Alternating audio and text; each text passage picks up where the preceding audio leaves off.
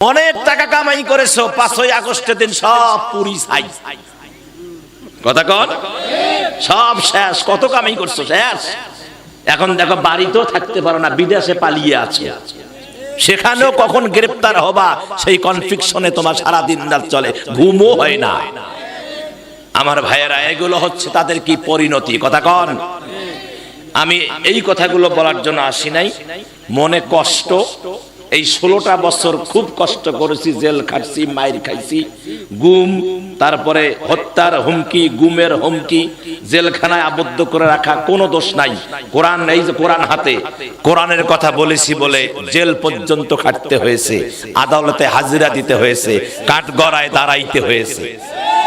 তাহলে 16 বছর তোমরা যা করছো, আমরা কি 1-2 দিন বলতে পারি না? কথা কনে, কষ্টগুলো কি বলতে পারি না? একটু শোনেন, একটু মনোযোগ দিয়ে শোনেন আমার ভাইয়েরা।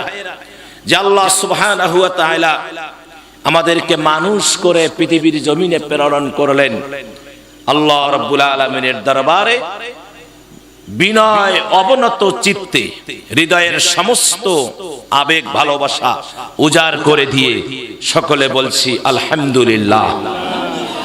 দরুদ আর সালাম নবীজির কদমে হৃদয়ের সমস্ত আবেগ ভালোবাসা উজাড় করে দিয়ে সকলে বলছি সাল্লাল্লাহু আলাইহি ওয়াসাল্লাম। আলোচনা এখন শুরু হবে। 1 নাম্বার 3টি বিষয় যারা উপস্থিত আছেন মায়েরা শোনেন, মা বোন যারা এ পর্যন্ত বসে আছেন এবং থাকবেন ইনশাআল্লাহ। কোরআনে বর্ণিত নেককার নারীর 7টা গুণ। কয়টা গুণ? কোরআন এবং হাদিসে বর্ণিত নেককার নারী যারা, তাদের গুণ কয়টা? 7টা গুণ। এই 7টা গুণ যাদের মধ্যে আছে তারা নেককার। আর যদি নেককার হয় তারা জান্নাতি। আর যদি জান্নাতি হয়, মা খাতুনে জান্নাতের সঙ্গে, আয়েশার সঙ্গে, হযরতে খাদিজাতুল কুবরার সঙ্গে আমি অন্তত দোয়াটা করে দেই, আল্লাহ যেন তাদের হাসর একই জান্নাতে থাকবার তৌফিক দান করে। সেই গুণ 7টা কি কি জানার দরকার আছে না নাই? মায়েরা অপেক্ষা করতে হবে। 2 নম্বরে, রোগাক্রান্ত যদি আপনি হন, আমি হই, যে কেউ হই না কেন, হতেই পারি রোগাক্রান্ত। আল্লাহ কখন কাকে কি অবস্থায় রাখবে বলা যায় না। এখন আপনি সুস্থ আছেন, আমিও আছি, একটু পরে আমার হার্ট অ্যাটাক হতেই পারে, ব্রেন স্ট্রোক হতেই পারে, একটু পরে আমার অসুস্থতা হতেই পারে, কিডনির সমস্যা হতেই পারে। কথা বলেন ঠিক কিনা? অত বার্ধক্যজনিত কারণে বিছনায় পড়ে আছেন, রোগ হতেই পারে। তাই রাসূল করিম সাল্লাল্লাহু আলাইহি ওয়াসাল্লাম বলেছেন, রোগাক্রান্ত যদি কেউ হয় তার উপকার আছে 7টা। কয়টা উপকার? রোগাক্রান্ত ব্যক্তির উপকার কয়টা? 7টা নিয়ামত আল্লাহ তাকে দিয়ে দেন। সুবহানাল্লাহ। সেই নিয়ামত 7টা কি? এই উপকার 7টা কি কি? এই হলো 2 নাম্বার। 3 নাম্বার হলো 10 শ্রেণীর মানুষের পরকালে কোনো ভয় নাই। সুবহানাল্লাহ। কয় শ্রেণী? 10 শ্রেণীর মানুষের পরকালে কোনো ভয় নাই। আসলে পরকালে ভয় আছে না নাই? এ ভাই, কঠিন অবস্থা হবে কি হবে না? সূর্য 1.25 হাত মাথার উপরে আসবে, এটা কি মিছা কথা? জমিনটা তামা হবে, এটা কি মিছা কথা? এটা হাদিসে কোরআনে নাই। তাহলে সেদিন বিভীষিকাময়, মানুষ ঘামতে ঘামতে ঘামতে ঘামতে রক্ত পুঞ্জ ঘামের দরিয়া হবে। মানুষ তাদের গোনা অনুযায়ী থুতনি পর্যন্ত, বুক পর্যন্ত, নাক পর্যন্ত, কপাল পর্যন্ত, এমনকি এই সমস্ত সাগরে হাবুডুবু খেতে থাকবে। এটা কি মিছা কথা? বাস্তব। আমার ভাইয়েরা, সেই 10 শ্রেণীর মানুষের যে পরকালে ভয় নাই, সেই 10 শ্রেণীর মানুষ কারা? আপনাদেরকে শুনে যেতে হবে, আমল করতে হবে, যাতে করে আমরা এই আমলগুলো করে দুনিয়ার জমিনে আল্লাহ পাক প্রেরণের যে উদ্দেশ্য, এটা সফল করতে পারি, চির সুখের জায়গা জান্নাত লুফে নিতে পারি। সুবহানাল্লাহ। আর যারা কোন সুবহানাল্লাহ। তবে সরস্বতীপুরের মানুষ, নামটা বলতে একটু আমার খারাপ লাগতেছে। হ্যাঁ, শরীয়ত দিলে ভালো হয়। শরীয়তপুরের মানুষ, কি পুর? আমরা কে সরস্বতী গো, আমরা কে দুর্গা, আমরা কে কালী, আমরা শরীয়তপুরের মানুষ। এটা আপনারা আবেদন করেন, যেহেতু ইসলামী রাষ্ট্র হচ্ছে। আরে ভাই, জামাত ক্ষমতায় যাচ্ছে, চিত পান না? না চিত পান না? ডক্টর ইউনূস যদি কোনো মতে খালি 1.5 থেকে 2 বছর যদি প্রধান উপদেষ্টা থাকে, আগামীর দেশ, আগামীর বাংলাদেশ ইসলামের বাংলাদেশ, আগামীর বাংলাদেশ কোরআনের বাংলাদেশ, আগামীর বাংলাদেশ মদিনার সনদের বাংলাদেশ। জোরে বলেন সুবহানাল্লাহ। তাতে কি কারো কোনো অসুবিধা? কোরআন যদি সংসদে যায় কার কার অসুবিধা? কোন হ্যাঁ, কোরআন যদি জজ কোর্টে যায় কার কার অসুবিধা আছে? ওই বালহুম আদাল জানোয়ারের চাইতেও নিকৃষ্ট যারা, ওদের সমস্যা আছে। তার কারণ কোরআন যদি সংসদে যায়, এই জানোয়ারদের তো বড় বড় বোতল খাওয়া হবে না। এরা তো আর ওই ওবাইদুল কাদেরের মতো পর স্ত্রী নিয়ে ঘুমাতে পারবে না। ওই পলকের মতো কোন বলে মেয়ে এসে তাদেরকে ঘুম পাড়ায়া দেয়, মন্ত্রীদের বাসভবনে ঘুম পাড়ায়া দেয়, রাত 12টার পরে ঘুম পাড়ায়া দেয়, মেসেজ করে দেয়, দিয়া ঘুম পাড়ায়া দেয়। আমি কই এরা তো পালাইছে, যে এরা গেল কই? যারা ঘুম পাড়ায়া দেয় এরা কই গেল? প্রধান উপদেষ্টার কাছে আবেদন, এদেরকেও গ্রেফতার করে আইনের আয়ত্তে আনার দরকার আছে না নাই? তার কারণ এরাও বদমাশি করেছে, এরা আজ কোথায় পালিয়ে গেছে, এদের খুঁজে বাহির করতে হবে। এত যৌবনের এত চেতনা, হ্যাঁ? ওবাইদুল কাদেরের কি আছে কোন? শরীর চলে, ওই 2 বার না 3 বার হার্ট অ্যাটাক করছে, রিং পরা আছে, ওপেন হার্ট সার্জারি, শরীর চলে। তাগরা গরুর গোস্ত খাওয়া মৌলবীর কাছে আইসো না তো জীবন থই নাকি? কথা কয় না কে? যেটা শরীর দুর্বল সেটা ঘুজুর ঘুজুর ঘুজুর ঘুজুর করে, জায়গা মতন আসলে খবর থাকবে না। কথা কন। সম্মানিত হাজিরান, কি ওয়াজ করব কোন? কি করব আমার মুসলমানেরা? তাহলে আল্লাহ সুবহানাহু ওয়া তাআলার ঐশী গ্রন্থ আল কুরআনুল কারীমের ভিতর থেকে আমি সূরাতুত তাওবা, সূরার নাম কি বাবা? সূরা তাওবার 73 নম্বর আয়াত তেলাওয়াত করেছি। আর কুরআনুল কারীমের সবচাইতে নিয়ামতপূর্ণ যে সূরাটি, কুরআনুল কারীমের মা যাকে বলা হয়, উম্মুল কুরআন, সে সূরার নাম কি? সূরাতুল ফাতিহা। এই সূরাতুল ফাতিহা পূর্ণাঙ্গ 60টি আয়াত আমি আপনাদের খেদমতে শুরু থেকে লাস্ট পর্যন্ত তেলাওয়াত করেছি।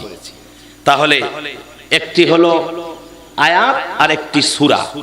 আল্লাহর নবীর অসংখ্য হাদিস শরীফের ভেতর থেকে ছোট্ট একখানা হাদিস শরীফ তেলাওয়াত করেছি। ও প্রিয় ভাইজান, এই হাদিস আর এই কোরআনের আয়াত সূরা এর সমন্বয়ে 2টি কথা আপনাদের খেদমতে আলোচনা করার চেষ্টা করব। আপনাদেরকে ধৈর্য এবং সবর এবং সবকিছু শয়তানের তামাম ধোঁকা থেকে নিজেকে সেভ করে বসে থাকতে হবে, আলোচনা শুনতে হবে। রাজি আছেন? আরো যখন আছেন, শুরুটা হলো, আমার সাথে একটু কণ্ঠ লাগান আর পড়েন, আউযু বিল্লাহি মিনাশ শাইতানির রাজিম, বিসমিল্লাহির রাহমানির রাহিম। ইয়া আইয়ুহান নাবিয়্যু জাহিদিল কুফফারা ওয়াল মুনাফিকিনা ওয়াগলুয আলাইহিম ومأواهم جهنم وبئس المصير। হে নবী, কাফের, মুনাফিক, মুশরিক, মুনাফিকিনা, মুশরিকিনা, মুনাফিকিনা, এখানে বলা হয়েছে ইয়া আইয়ুহান নবী জাহিদিল কুফফার, যারা কুফরি করে, যারা আল্লাহর সাথে অংশীদারিত্ব স্থাপন করে, আর মুনাফিক যারা, এদের বিরুদ্ধে আপনি যুদ্ধ ঘোষণা করুন। সুবহানাল্লাহ। কার কথা? কাকে বলছেন? রাসূলকে বলছেন, ইয়া আইয়ুহান নাবিয়্যু জাহিদিল কুফফারা ওয়াল মুনাফিক। যারা কুফরি করে, মুশরিক যারা, আল্লাহ দ্রোহী যারা, এই চতুষ্পদ জানোয়ার যারা, তাদের বিরুদ্ধে, আর মুনাফিক যারা, মুনাফিকের বিরুদ্ধে আপনি যুদ্ধ ঘোষণা করুন। আমার ভাইজান, আমাদের দেশে এই কিসমের মানুষ, এই দুই তরিকার মানুষের অভাব আছে? এই দুই তরিকার মানুষের অভাব নাই, মুনাফিকের অভাব নাই। ঘরে ঘরে মুনাফিক। আর সাবেক নেতারা তো এরা সব পিসায়, কথা কন, সব পিসায়। এরা প্রত্যেকটাই টাটকা মুনাফিক। তার কারণ মুনাফিকের যে তিনটা চিহ্ন, ওদের ভিতরে তিনটা চিহ্নই ছিল। এক নাম্বার কি? কথা বললে মিথ্যা বলে। দেখেন না, আপনারা নিজেই দেখেছেন, ফেসবুকে, টিভিতে দেখেছেন, পত্রিকায় দেখেছেন। একটা শয়তান ছিল আমাদের বাংলাদেশের স্বরাষ্ট্রমন্ত্রী, বোতল বোতল প্রতিদিনে কত যে গাঁজা খায় আর মদ খায় আল্লাহ জানে, চেহারা টপটপা। কথা কন না কেন? হ্যাঁ, এ মানে মানুষ মরে যায়, 400-500 শহীদ হচ্ছে, সংবাদ সম্মেলন করে বলে 71 জন, 79 জন মারা গেছে। মরছে হলো 500, কয় কত? 71 জন, 79 জন। কথা কন, কে মিছা কথা না? তাহলে মুনাফিকের যে এক নাম্বার চিহ্ন, সেটা কি? কথা বললে মিথ্যা কথা বলে, এদের কাছে সেটা পাওয়া গেছে। 2 নাম্বার হলো ওয়াদা দিলে বরখেলাপ করেন। আমরা তাদেরকে দায়িত্ব দিয়েছি, দেশটা সুন্দর করে সাজান, দেশের ভিতরে উন্নয়ন করেন, চুরি করবেন না, ডাকাতি করবেন না, দেশের উন্নয়নে নিয়োজিত হন। এই দায়িত্ব দিয়েছে, কিন্তু তারা এই দায়িত্বর 12:30 বাজিয়ে দিয়েছে। এই দায়িত্বের বরখেলাপ করেছে। যাদেরকে যে দায়িত্ব দেওয়া হয়েছে, তাদেরকে যে সম্পদের রক্ষক বানানো হয়েছে, আপনারা দেখেন এই 16 বছরে বাংলাদেশের কোন সেক্টরের টাকা তারা বিদেশে পাচার করা বাদ দেয় নাই। কোন সেক্টর দেয় নাই, সব সেক্টর থেকে টাকা আউট করেছে। কথা বলেন, আজকে ব্যাংকে গেলে টাকা পাই না, চেক নিয়ে ঘুরে আসতে হয়। ব্যাংকে কয় টাকা নাই। কি হয়েছে? টাকা কয় টাকা আউট। টাকা আউট হয়ে গেছে। কোথায় গেল? কয় সব বিদেশ চলে গেছে। টাকা, টাকার হাত পা আছে না, বিদেশ চলে গেছে, মানে বেড়াইতে গেছে। আমার সম্মানিত ভাইয়েরা, তাহলে যারা ওয়াদা বরখেলাপ করে, তাহলে বিগত এই পীর সাহেবেরা ওয়াদা বরখেলাপ করছে কি করে নাই? জোরে কোন করছে কি করে নাই? ওয়াদা বরখেলাপ করেছে, যার কারণে এরা মুনাফিক। 3 নম্বরে আমানতের খেয়ানত যারা করবে, প্রিয় নবী বলেছেন আমানতের খেয়ানত যারা করবে তারা মুনাফিক। আর মুনাফিকের যে 3টা চিহ্ন এদের মাঝে ছিল কি ছিল না? আমার ভাইয়েরা, আল্লাহ রাব্বুল আলামিন ডাইরেক্ট বলে দিয়েছেন যে যারা মুনাফিক তারা যদি দিনের যতই কাজ করুক, যদি 560টা মসজিদ বানায়া দেয়, হাজার হাজার মাদ্রাসা বানায়া দেয়, কালপাট বানায়া দেয়, বিল্ডিং বানায়া দেয়, উন্নয়নের জোয়ার যদি তারা বয়ে দেয়, আল্লাহর কোরআনের ভাষায় এরা হচ্ছে মুনাফিক। আর মুনাফিকদের জায়গা কোথায়? জোরে কোন? এটা আমার কথা না, কোরআনের কথা। মুনাফিকদের জায়গা হলো জাহান্নাম। ইয়া আইয়ুহান নাবিয়্যু জাহিদিল কুফফারা ওয়াল মুনাফিক ওয়াগলুজ আলাইহিম ওয়া মাআওয়াহুম জাহান্নাম। তাদের ঠিকানা হচ্ছে জাহান্নাম। তাহলে আমার সম্মানিত ভাইয়েরা, ওই মুনাফিক বাংলাদেশে শুধু কি ওরাই আর নাই, এখন আরো আছে না? মুনাফিক মুক্ত বাংলাদেশ এখনো হয় নাই। আরে আমার রাসূলের পিরিয়ডে মুনাফিক ছিল, ছিল কি ছিল না? আবার নবীর পিরিয়ডে মুনাফিক ছিল। পরে আল্লাহ কোরআনের আয়াত নাজিল করে দিয়ে বলছেন, ও হাবিব আপনি সতর্ক থাকুন আব্দুল্লাহ বিন উবাই থেকে, তার কারণ সে হলো টাটকা মুনাফিক। মুসলমানদের কাছে গিয়ে এক কথা বলে, কাফেরদের কাছে গিয়ে আর এক কথা বলে। আর মুনাফিকদের স্বভাব হলো দুমুখ। মুনাফিক স্বভাব কি? দুমুখ সাপ, দুই দিকেই মজা নেয়। কথা কন। সম্মানিত ভাইয়েরা, আল্লাহ রাব্বুল আলামিন মুনাফিকদের কাছ থেকে সতর্ক থাকতে বলেছেন। আল্লাহ পাক বললেন, মুনাফিকি তোমরা নিজে করবা না, মুনাফিকদের কাছ থেকে সতর্ক থাকবা, কোরআন মাফিক জীবন গড়বা। কেননা এমন একটি সুন্দর কিতাব আমি তোমাদের জন্য উপহার হিসাবে প্রেরণ করেছি। আমি ইচ্ছা করলে এই কোরআনকে আমি দাউদ নবীর কাছে দিতে পারতাম, এই কোরআন সুলাইমান নবীকে দিতে পারতাম, এই কোরআন মুসা নবীকে দিতে পারতাম, এই কোরআন ঈসা নবীকে দিতে পারতাম, এই কোরআন আদমকে দিতে পারতাম, এই কোরআন আমি ইউসুফ নবীকে দিতে পারতাম, এই কোরআন ইয়াকুব নবীকে দিতে পারতাম, কিন্তু দেই নাই। তার কারণ সমস্ত নবীর চাইতে দামি নবী হলো আমার প্রিয় নবী মুহাম্মদুর রাসূলুল্লাহ, জোরে জোরে কোন সাল্লাল্লাহু আলাইহি ওয়াসাল্লাম। দামি নবী আর কোরআন হলো দামি। সুবহানাল্লাহ। নবী দামি, কোরআন দামি। নবী কি রকম দামি?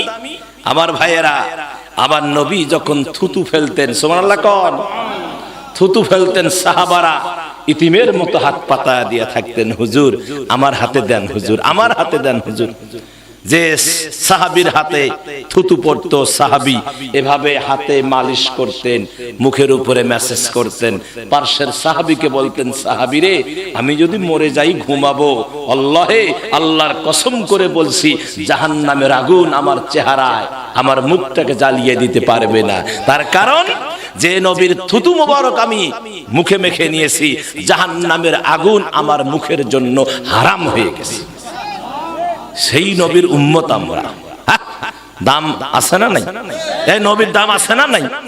নবীর কত দাম। তাহলে নবীর, যে নবীর এত দাম, ওই নবীর উম্মতেরও দাম আছে, নাই দাম নাই?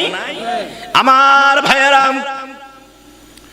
কিয়ামতের ময়দানে কোন নবী আদম থেকে শুরু করে ঈসা পর্যন্ত কোন নবী তার উম্মত নিয়ে জান্নাতে আগে প্রবেশ করতে পারবে না, যতক্ষণ পর্যন্ত প্রিয় নবী মুহাম্মদুর রাসূলুল্লাহ সাল্লাল্লাহু আলাইহি ওয়াসাল্লাম এবং তার উম্মত জান্নাতে ঢুকবে না, ততক্ষণ পর্যন্ত কোন নবী এবং নবীর উম্মত জান্নাতে ঢুকতে পারবে না। তাহলে নবী দামি না? নবী দামি, কোরআন দামি। তাহলে দামি জিনিসের উপর দামি জিনিস, এটা মানায়। মানায় কি মানায় না? আরে কাউন্সিলের চেয়ারম্যানকে মানায়, মেম্বারকে মানায় না। কথা কর। কাউন্সিলের চেয়ার কারে মানায়?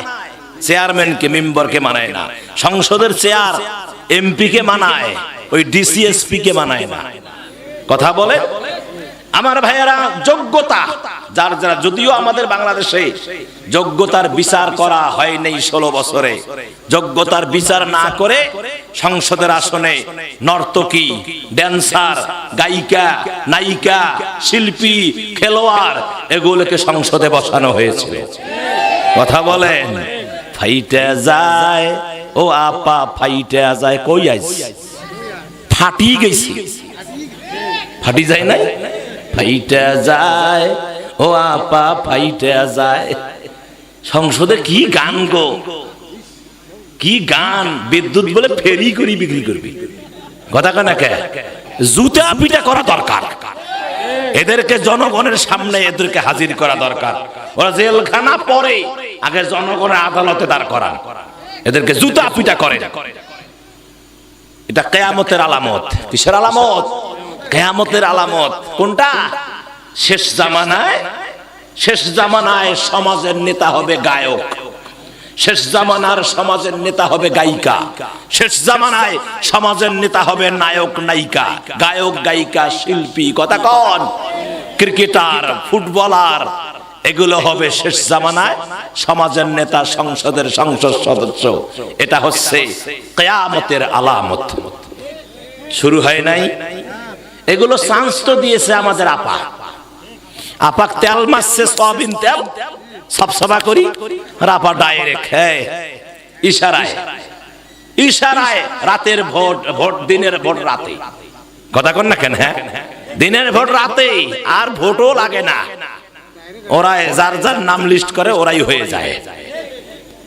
এত দুর্নীতি, যার কারণে আমার ভাইয়েরা একটা মারফতি গান আপনারা ইতিপূর্বে খুব শুনছেন, এখন আর এই গানগুলো চলে না, এখন সব উলঙ্গ উলঙ্গ ড্যান্স আর গান, এগুলাই যুব সমাজ পছন্দ করে, আগের সেই মারফতি গান আর পছন্দ করে না। তা আমি চিন্তা করলাম এই 5ই আগস্টের পরে এই গানটা গাইলে বোধহয় একটু মানুষের একটু আনন্দ হবে, খোরাক হবে। এই জন্য মাঝে মাঝে একটু আমি গেয়ে থাকি। 5ই আগস্টের পর থেকে যত মাহফিলে গেছি 2-1 লাইন করে বললে দেখি তা মানুষ খালি ঠিক ঠিক সিকরি ওঠে, ঠিক আছে। আমি কি বলবো ভাই, 2টা লাইন কি বলবো? হ্যাঁ, যদি অনুমতি দেন বলবো। ডাক দিয়েছেন দয়াল আমারে, থাকবো না আর বেশি দিন তোদের বাজারে। কথা কন। তা আমি শুধু সামান্য একটা শব্দ চেঞ্জ করছি, সেটা হলো ডাক দিয়েছেন ভারত আমারে, থাকবো না আর বেশি দিন তোদের বাংলাতে। ও আমি কত জনের কত কি দিলাম, যাইবার কালে একজন আরো দেখা না পাইলাম, হায়রে দেখা না পাইলাম। কথা কয় না? যাবার সময় কেউ ছিল? ও আমার সঙ্গের সাথী কেউ হলো না রে, থাকবো না আর বেশি দিন তোদের বাংলাতে। হায়রে ডাক দিয়াছেন স্বামী আমারে, জোরে জোরে জোরে, ঠিক কিনা? হ্যাঁ, আমি সেদিন অবাক হয়ে গেলাম, ফেসবুকে দেখি আপা বাচ্চা ধরি বসিয়েছে। আমি কই কে রে, 3 মাস নাই হইতে বাচ্চা গুলো মানুষের, আমাদের বাংলাদেশের মেয়েদের বাচ্চা হয় 9 মাসে, 8 মাসে, 10 মাসে, আর ওনার 3 মাস নাই যাইতে ছাওয়া কলত। আমি তো অবাক হয়ে গেলাম যে সর্বনাশ, কি মালটা মারছে মুদি। হাসেন হাসেন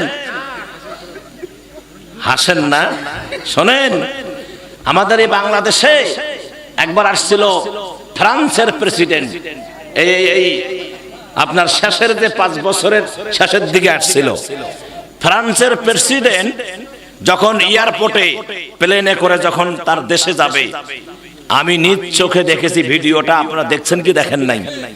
আমাদের আপাকে জড়িয়ে ধরে যা সুমাটা মারছে, একেবারে 12টা বাজে দিছে। কথা কন না কেন? আর আমরা 18 কোটি মানুষ তাক লাগায়া দেখলাম, আমাদের মেয়েকে আমাদের আপাকে চুমা দেয়, আমরা কিছুই কই না, আর যে কয় তাকে আবার গ্রেফতার করে জেলখানায় নিয়ে যায়। কথা কন। আমি অবৈধভাবে ক্ষমতায় 3 বার ছিলাম, ভালোবাসার মালা খানি গলে পরিলাম, হায়রে গলে পরিলাম, আমার সাধের মালা যায় রে ভেসে, থাকবো না আর বেশি দিন গণভবনে। কথা কন না? ডাক দিয়াছেন মুদি আমারে। কথা কন আমার ভাইরা। কেন এই আগে বলে না, দুঃখে দুঃখে কথাগুলো বাহির হয়, যেমন কর্ম তেমন ফল। সম্মানিত ভাইয়েরা, খুব মনোযোগ দিতে হবে। আল্লাহ রাব্বুল আলামিন এই কোরআনকে নাজিল করেছেন জাতির জন্য। এই কোরআন পৃথিবীর জমিনে নেয়ামত হিসাবে যে কথাটি শুরুতে বলতে চেয়েছিলাম সেটি হলো বিজয়, কিন্তু আমরা এখনো পাই নাই, তবে সাহায্য পেয়েছি। মনে আছে না নাই? সাহায্য পেয়েছি, বিজয় পাই নাই। এখন এই সাহায্য যে পাইলাম, এটাকে লালন করে, এটাকে হৃদয়ঙ্গন করে, এটাকে লালন করে আমাদেরকে এগিয়ে যেতে হবে কাঙ্ক্ষিত বিজয়ের পিছনের দিকে। কথা বলেন ঠিক কিনা? সেই কাঙ্ক্ষিত বিজয়টি কি? সেই কাঙ্ক্ষিত বিজয় হলো কোরআন সংসদে নিতে হবে। কথা বলেন, কোরআনকে নিতে হবে সুপ্রিম কোর্টে, কোরআনকে নিতে হবে হাইকোর্টে, কোরআনকে নিতে হবে জজ কোর্টে, কোরআনকে নিতে হবে জুডিশিয়াল ম্যাজিস্ট্রেট কোর্টে, কোরআনকে নিতে হবে আপনার ডিসি অফিসে, কোরআনকে নিতে হবে এসপি অফিসে, কোরআনকে নিতে হবে থানায়। কথা বলেন ঠিক কিনা? আর জোরে কোন ঠিক কিনা?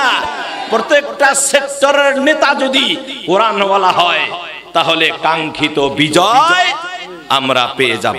তার আগে বিজয় হতে পারে না। সাহায্য পেয়েছি আল্লাহর ওয়াদা অনুযায়ী, এই সাহায্যকে আমাদের লালন পালন করতে হবে, লালন করে আমাদেরকে বিজয় ছিনিয়ে আনতে হবে। রাজি আছেন না নাই? আর জোরে কোন রাজি আছেন না নাই? কারা কারা রাজি আছেন দু হাত তুলে একটু দেখান। হ্যাঁ হ্যাঁ, তোলেন তোলেন তোলেন তোলেন, তাকবীর তোলেন, একজন তোলেন।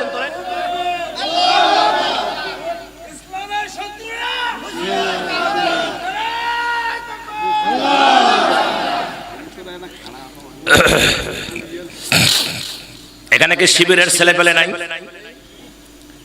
শিবিরের ছেলে পেলে নাই এখানে? কম আছে না? শিবিরের ছেলেদের দৃষ্টা কোনো ভয় নাই, বুকের বোতাম খুলে দিয়ে বাইরে যাবা। ড্যামকে আর কাউরে পরোয়া করি না। কথা বলে ঠিক কিনা? আমরা এই 16 বছরে পরোয়া করি নাই, এখন তো আরো করব না। কথা বলেন, 16 বছর তোমরা আমাদেরকে বাড়ি ছাড়া করেছো, এখন তোমরাই নিজেই বাড়ি ছাড়া। কথা বলেন, 16 বছর বিছানায় ঘুমাতে পারি নাই, এখন তোমরাই বিছানায় ঘুমাতে পারো না। কথা বলেন, আমরা এই কথা সব সময় বলে আসতেছিলাম, কিন্তু এটা তার বাস্তবতা। আমাদের আল্লাহ আমাদেরকে এই সুযোগটা ফিরিয়ে দিয়েছে। সুবহানাল্লাহ। আমার সম্মানিত মুসলমানেরা, আল্লাহ রাব্বুল আলামিন কুরআনুল কারীমের ভিতরে সুন্দর জবাব জাতিকে জানিয়ে দিয়েছেন। ও পৃথিবীর মানুষ, তোমরা শোনো, বিজয় তোমাদের হাতে, বিজয় তোমাদেরকে ছিনিয়ে আনতে হবে। তাহলে রাসূল ছিল দামি, কোরআন হলো দামি। জোরে কোন ঠিক কিনা? কি যে কথাই বলতেছিলাম, রাসূল কি দামি, কোরআন হলো দামি। সুবহানাল্লাহ। আমার প্রিয় নবী মুহাম্মদ রাসূলুল্লাহ সাল্লাল্লাহু আলাইহি ওয়াসাল্লামের উম্মত যতক্ষণ জান্নাতে যাবে না, আমার নবী যতক্ষণ জান্নাতে যাবে না, ততক্ষণ কোন নবী তার উম্মত জান্নাতে যাবে না, যাবে না, যাবে না। তাহলে এই নবীর দাম বেশি, নবীর উম্মতের দাম বেশি। এই যুবকরে, একটু খালি মাথাটা খাটাও। নবীজি বলেছেন, যখন কোন যুবক, যখন কোন আমার উম্মত সিজদার ভিতরে চলে যায়, আল্লাহ তার আর কোনো দাবি রাখেন না, আল্লাহর কোনো দাবি থাকে না। যখন কোন যুবক নামাজের সিজদায় চলে যায়, ওই সিজদাটা নবীদের সিজদার চেয়েও বেশি হয়ে যায়। অন্যান্য বনি ইসরাইলদের নবীদের সিজদার চেয়েও এই উম্মতের, আখেরি জামানার নবীর উম্মতের সিজদাটা অনেক দূর কি বেশি হয়ে যায়, মর্যাদা অনেক দূর বেড়ে যায়। জোরে কোন সুবহানাল্লাহ। তাহলে দাম আছে না নাই? জোরে কোন আছে না নাই? সেই নবীর উপরে আল্লাহ রাব্বুল আলামিন এমন একটি সূরা নাজিল করলেন, যে সূরাটি পূর্ণাঙ্গ একটি সূরা। আমি তেলাওয়াত করেছি একটা একটা করে আয়াত, 60টা আয়াত আমি আপনাদের খেদমতে তেলাওয়াত করেছি। আল্লাহ রাব্বুল আলামিন এই সূরার ভিতরে এমন নিয়ামত দিলেন, এমন দয়া দেখালেন, এমন মায়া দেখালেন। এই সূরাটির ভিতরে আল্লাহ গোটা কোরআনুল কারীম এর সারাংশ ঢুকায়া দিয়েছে। সূরাটার নাম কি? সূরাতুল ফাতিহা। এখানে খুব মনোযোগ দিতে হবে। এখানে আল্লাহ সুবহানাহু ওয়া তাআলা কি সুন্দর কথা, লেখক যারা এই সূরা নিয়ে যারা গবেষণা করেছেন, মুফাসসিরে কেরাম যারা, তারা এর কোট করেছেন যে সূরাতুল ফাতিহা। আর ফাতিহা শব্দের অর্থ হলো সূচনা। ফাতিহা শব্দের অর্থ কি? সূচনা। এই সূরার ভিতরে আয়াত হলো 7টি, রুকু হলো 1টি, আর অবতীর্ণ হয়েছে রাসূলের মক্কার জীবনে। কিন্তু এখানে লেখকরা বলেছেন, মুফাসসির কেরামগণ বলেছেন যে এখানে বিবিধ কিছু বিষয় আছে যার কারণে মতানৈক্য আছে যে এই সূরাটা আল্লাহর রাসূলের জিন্দেগিতে দুইবার অবতীর্ণ হয়েছে। কয়বার? দুইবার। একবার হয়েছে মক্কায় আর একবার হয়েছে মদিনায়। জোরে কোন সুবহানাল্লাহ। হযরত শানে নজুলে বলা হয়েছে, হযরত আলী রাদিয়াল্লাহু তাআলা আনহু সূত্রে বর্ণিত আছে যে সূরা ফাতিহা আরশে আজিমের তল দেশ থেকে, আরশে আজিমের তলা থেকে মক্কায় অবতীর্ণ হয়েছে। এই কথাটা কিন্তু আপনারা জীবনে শোনেন নাই, যারা এমনি উম্মি মানুষ আছেন, আলেম ওলামারা জানেন। সূরা ফাতিহা নাযিল হয়েছে কোথা থেকে? আরশে আজিমের তলা থেকে, তলদেশ থেকে। এটা মুফাসসির কেরামগণের কথা, ইবনে কাসিরের উক্তি। আর দুই নাম্বার হলো মুজাহিদ রাহমাহুল্লাহতে বর্ণিত যে তিনি বলেন, হযরতে আবু হুরায়রা রাদিয়াল্লাহু তাআলা আনহু বর্ণনা করেছেন যে সূরা ফাতিহা যখন নাজিল হয় তখন শয়তান এত কান্নাকাটি করছে, শয়তানের কান্না আর কে দেখে? ভীষণ আকারের কান্নাকাটি। কারণ এই সূরা ফাতিহা নাজিল হওয়ার পরে শয়তান এই সূরা ফাতিহার মর্যাদা বুঝেছে যে কেউ যদি সূরা ফাতিহা তেলাওয়াত করে সেজন্য গোটা কোরআনুল কারীম তেলাওয়াত করলো। কেউ যদি সূরা ফাতিহা তেলাওয়াত করে তার আমলনামায় গোটা কোরআন তেলাওয়াত করার সওয়াব দেওয়া হয়। কেউ যদি সূরা ফাতিহার তাফসীর জানে, তাফসীর পড়ে, সেজন্য গোটা কোরআনুল কারীমের তাফসীর জানলো। সুবহানাল্লাহ কোন। তাহলে মর্যাদা আছে না নাই? তো এত সওয়াব যদি হয়, শয়তানের কি মাথা ঠিক থাকে? শয়তানের মাথা কি ঠিক থাকে?